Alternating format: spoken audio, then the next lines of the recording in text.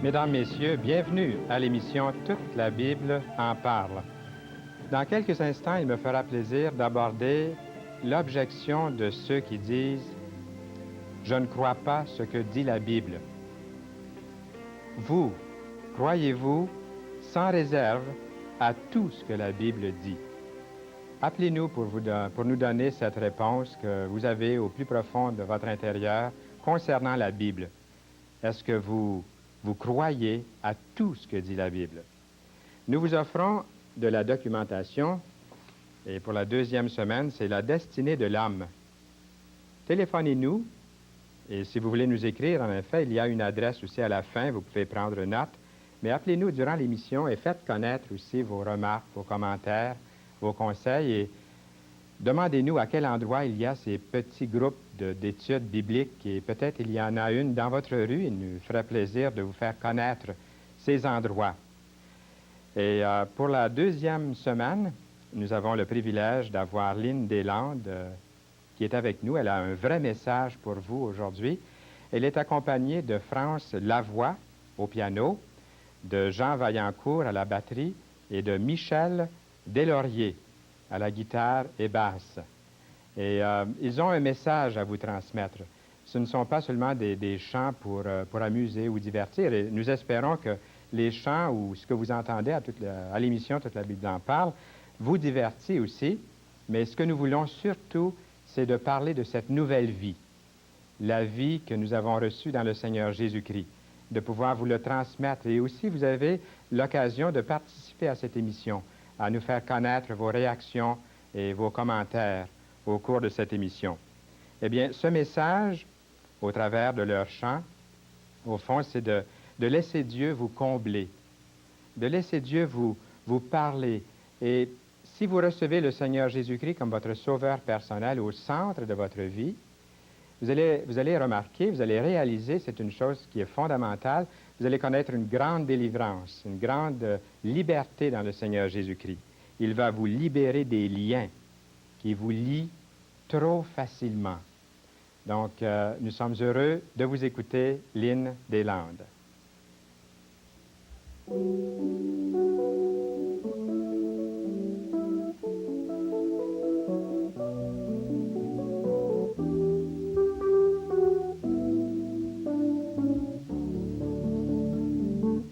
Laisse le Fils de Dieu t'envahir de son esprit, de son amour.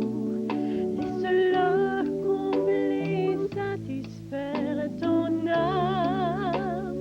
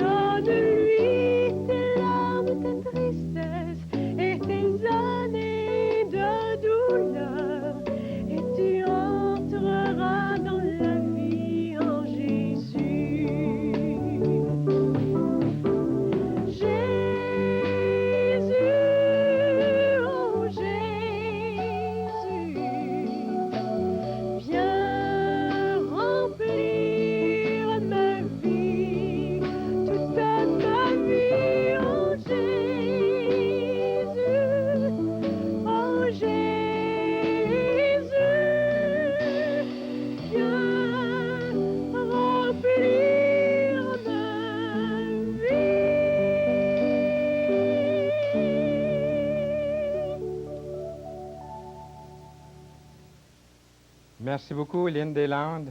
Merveilleux ce cantique-là. J'espère que vous avez bien entendu ces paroles et que vous aussi, vous vous laissez envahir par la présence du Sauveur dans votre vie.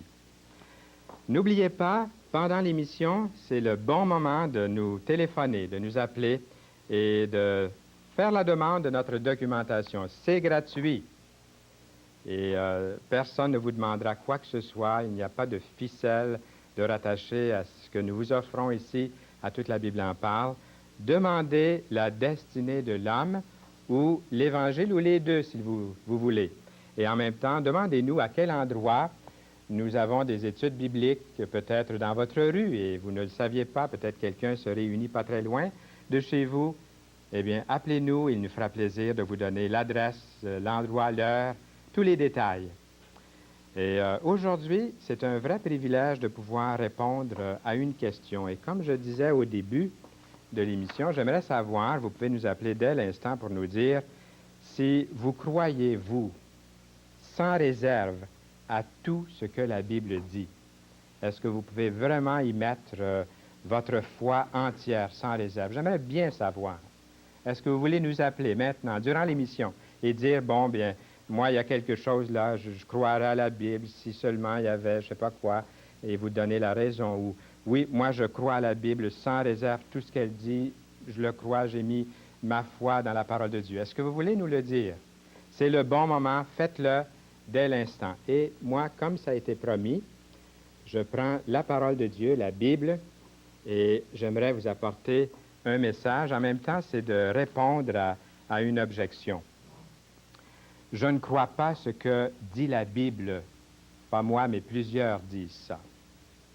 Et puis, ensuite, ils donnent quelques raisons. Des fois, ils disent, par exemple, je ne crois pas à la Bible parce que la Bible, elle est trop difficile à comprendre et puis il faut l'interpréter ou trop de personnes l'interprètent.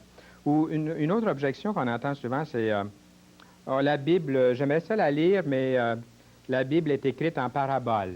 Ouais, on entend ça très, très souvent, très fréquemment. Les gens donnent cette raison-là, une raison très, très facile pour dire, bien, j'ai lu quelque chose là, puis je suis tombé à quelque part, je suis tombé dans l'Apocalypse, et puis j'ai eu peur, puis je me suis arrêté de lire la Bible. Pourtant, on dit que dans la Bible, il y a au moins 7000 promesses.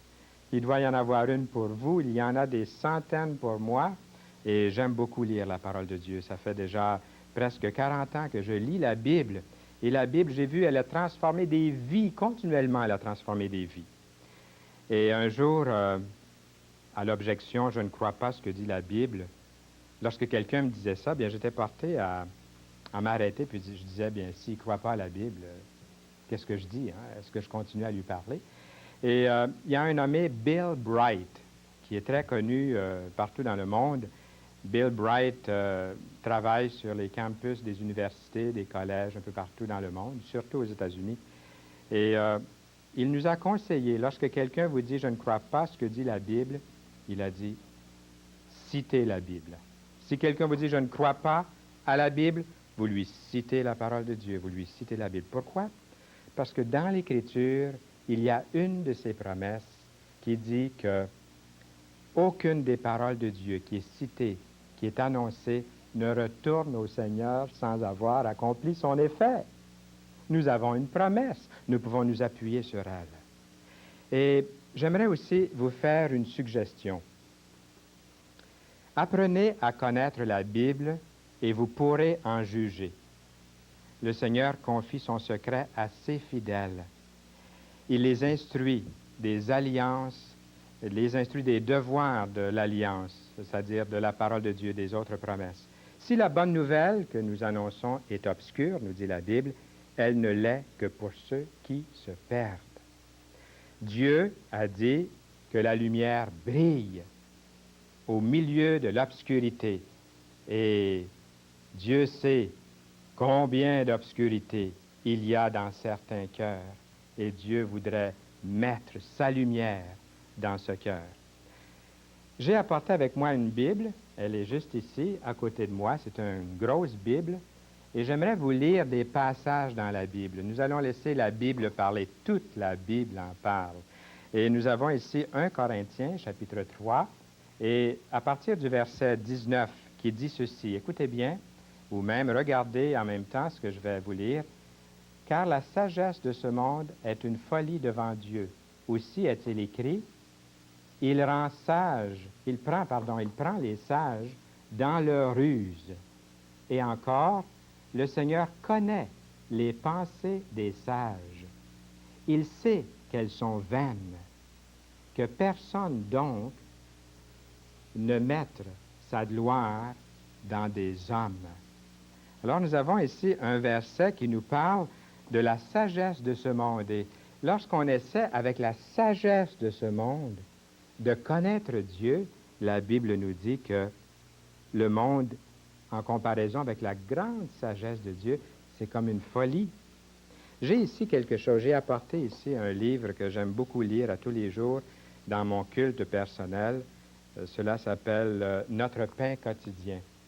Et je n'ai pas averti personne, là, je fais quelque chose, là, je prends l'occasion de vous annoncer quelque chose en primeur. Je pense que si vous voulez prendre un bout de crayon et un papier et de noter ce que je vais vous dire maintenant, vous pouvez avoir aussi ce livre, mais il faudrait ne pas nous téléphoner pour l'avoir, il faudrait plutôt écrire à l'adresse que je vais vous donner. J'espère qu'ils ne seront pas là sur une montagne de courrier pour eux, mais je pense qu'ils vont vraiment vous accorder ce désir que j'aurais, que vous puissiez posséder notre pain quotidien. C'est une lecture quotidienne. Et puis, si vous vous adressez à notre pain quotidien, alors vous écrivez ça, notre pain quotidien, et puis l'adresse, c'est case postale 10. Case postale 10, Cap de la Madeleine. Et puis, le code postal, c'est G, comme Georges, 8, T, comme Thérèse, 7, W, comme Walter, si vous voulez, 1. Alors, je répète, case postale 10, Cap de la Madeleine, G, 8, T, 7, W, 1. Et demandez de recevoir cette lecture de la Bible. Ça va vous aider à lire la parole de Dieu et à vraiment la lire à tous les jours avec un sujet. Et j'ai commencé à dire ça parce qu'il y a quelque chose ici que je voudrais vous lire. C'est en date du 1er décembre 1986. Et le titre, « Quand devrais-je dire merci ?» Et il y a ce verset qu'on retrouve dans 1 Thessaloniciens 5, 18 qui dit « Rendez grâce en toutes choses, car c'est à votre égard la volonté de Dieu en Jésus-Christ. » Mais écoutez bien ceci. C'est surtout pour l'illustration que je voulais vous lire ça. Si nous basons notre reconnaissance sur notre propre idée du bien-être plutôt que sur celle de Dieu, les appréciations que nous lui exprimerons seront superficielles et manqueront de maturité. Nous serons un peu comme l'enfant qui s'agenouille à côté de son lit à la fin de la journée et dit « Merci, mon Dieu, de ne pas avoir laissé maman trouver les papiers de tablettes de chocolat dans ma poche. Je suis content d'avoir pu aujourd'hui manger tous les bonbons que je voulais chez Jean. Oh, j'allais oublier, Seigneur. Merci de ce que papa ne s'est pas rendu compte que j'avais pris des allumettes sur son établi. Amen. » Est-ce que des fois, ce n'est pas un peu comme ça que ressemble aussi notre croyance en Dieu? Tant qu'on n'a pas lu la parole de Dieu, on peut avoir toutes sortes d'idées erronées sur Dieu, sur ce qu'il promet, sur ce qu'il fait, sur ce qu'il est. Et j'ai trouvé cette illustration tellement à propos, comme cet enfant qu'il a tout à fait une autre idée de Dieu. Il met Dieu complice de ses mauvais coups, de ses désobéissances. Et quelquefois, nous, les adultes, est-ce qu'on ne fait pas la même chose aussi parce qu'on a une idée erronée de Dieu, de l'Éternel? Eh bien, la sagesse de ce monde est une folie lorsqu'il s'agit d'approfondir les choses de Dieu. Premièrement, il faut connaître l'auteur du livre, le Sauveur. Regardons une autre référence. Cette fois-ci, c'est dans l'Évangile de Jean, au chapitre 3. C'est cet Évangile de Jean, chapitre 3, qui a transformé ma vie un jour. Et sans lire tout le contexte, ici, vous pourrez le lire vous-même, mais il y a un verset que j'ai souligné ici. Vous lirez le verset 16 et 17, mais surtout le verset 18. Celui qui croit en lui, c'est-à-dire celui qui croit en Jésus, n'est point jugé, mais celui qui ne croit pas est déjà jugé, parce qu'il n'a pas cru au nom du Fils unique de Dieu. Il faut connaître l'auteur. Et une fois qu'on connaît l'auteur, le sauveur, celui qui croit en lui, a une vie transformée. Et lorsqu'on connaît l'auteur de ce livre, eh bien, on veut lire tout ce qu'il nous a laissé.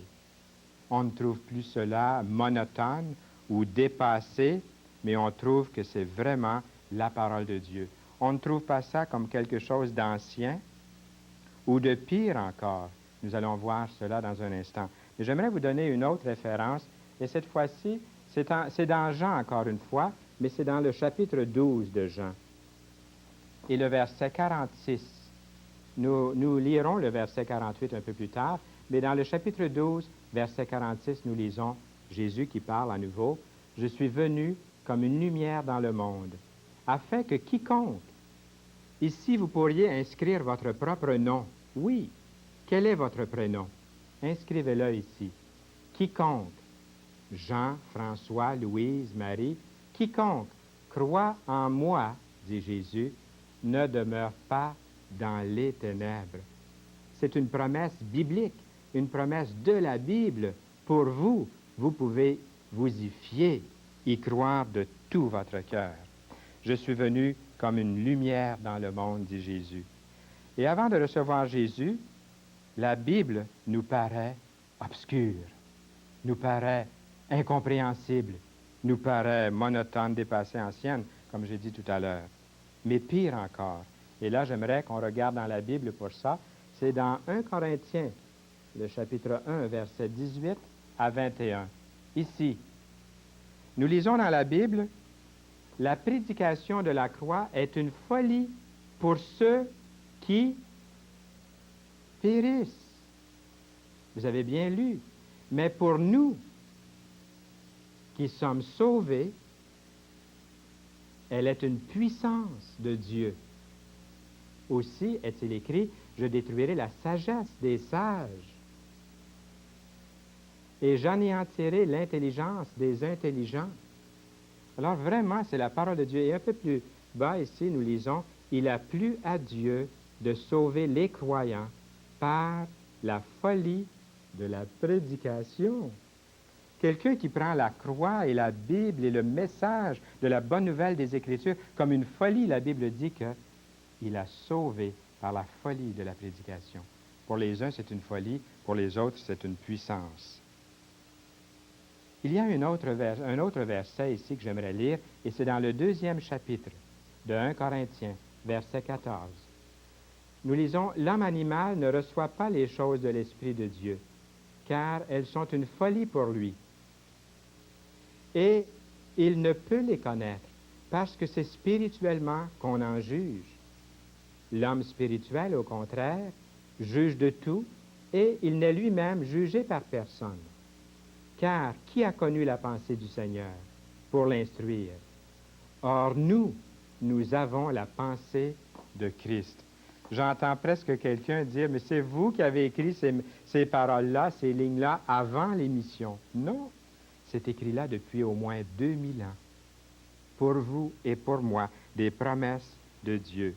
L'Écriture nous dit que si la parole de Dieu est voilée, si vous êtes empêchés de la voir, cette parole, et c'est parce que vraiment, vous n'avez pas vraiment ouvert votre cœur au Seigneur.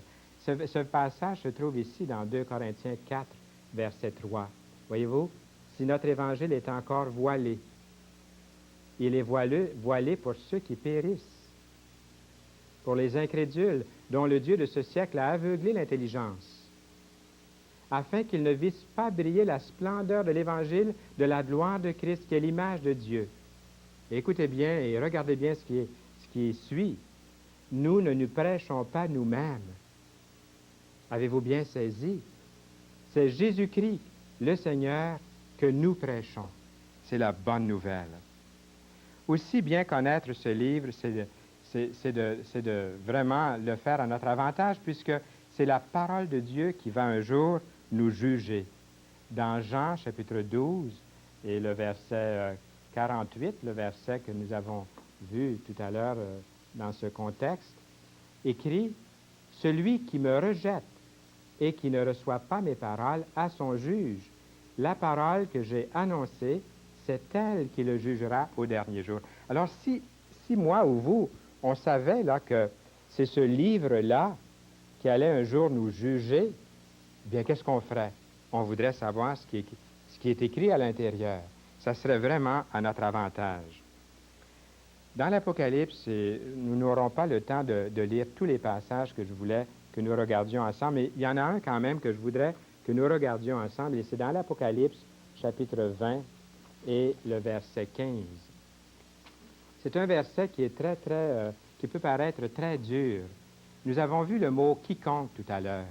Il y a un autre quiconque ici, au verset 15 du chapitre 20. Quiconque ne fut pas trouvé écrit dans le livre de vie. Vous pouvez lire pour vous-même ce qui suit. Fut jeté dans l'étang de feu. Pour ceux-là qui disent qu'il n'y a pas d'enfer, bien, ce n'est pas moi qui l'ai inventé. Nous venons de le lire dans le livre de Dieu, la parole de Dieu. Eh bien, il ne me reste que quelques instants pour vous dire que vous pouvez échapper à ce jugement et vous pouvez aussi être certain que votre nom est écrit dans le livre de vie à partir de cette minute-ci, en ouvrant votre cœur au Seigneur et en lui disant, Seigneur Jésus, je n'ai pas tout saisi, je n'ai pas tout compris, mais je sais que je dois placer ma foi en toi. Et je veux le faire dès cet instant. J'ouvre mon cœur au Seigneur Jésus. Appelez-nous pour nous le dire et en même temps, faites la demande de notre documentation et puis demandez-nous à quel endroit vous pouvez continuer à apprécier des études bibliques telles que nous avons amorcées pendant quelques instants ici devant vous. Maintenant, Lynn Deslandes est là, elle est toute prête et puis elle fait suite par son chant, elle fait suite à ce que nous venons d'entendre. C'est un terrain propice pour ouvrir votre propre cœur à Jésus-Christ.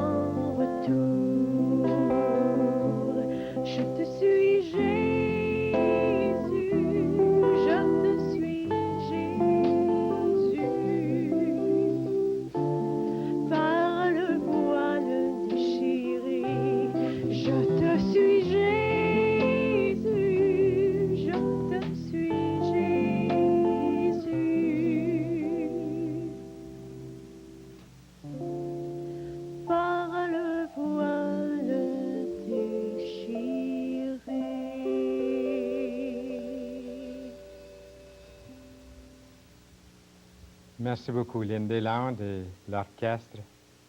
J'ai la vive impression en cet instant que le message d'aujourd'hui n'a pas été en vain, que Dieu a touché votre cœur. Et j'aimerais vous entendre maintenant nous le dire, nous appeler, nous dire, oui, c'est vrai, c'est moi dont il a été question. J'ai été sauvé de cette colère à venir. Je l'ai lu dans la Bible. Je l'ai vu de mes yeux, peut-être pour la première fois. Et Dieu vous a parlé. Est-ce que vous voulez maintenant le confesser de votre bouche, que Jésus-Christ est devenu votre Seigneur, votre Sauveur? Appelez-nous en cet instant pour nous le dire. Les numéros de téléphone qui paraissent continuellement au bas de l'écran sont vos numéros et vous pouvez nous appeler. À nouveau, merci à Lynn Deslandes et à toute l'équipe qui est là. Que le Seigneur continue à vous bénir et soyez des nôtres à nouveau la semaine prochaine. Et nous aimerions vous offrir cette documentation. Ça fait déjà un bout de temps qu'on ne l'a pas fait. Téléphonez immédiatement et si les numéros ne sont plus à l'écran, prenez note de l'adresse. Notre invité la semaine prochaine sera Hubert Rakoto Arivoni. Il est de Madagascar. Soyez des nôtres. Il viendra nous partager pourquoi Jésus-Christ est le Seigneur de sa vie. Et j'espère que d'ici ce temps-là, vous aussi, vous ferez la paix avec Dieu par la personne vivante et authentique du Seigneur Jésus-Christ. Soyez au rendez-vous.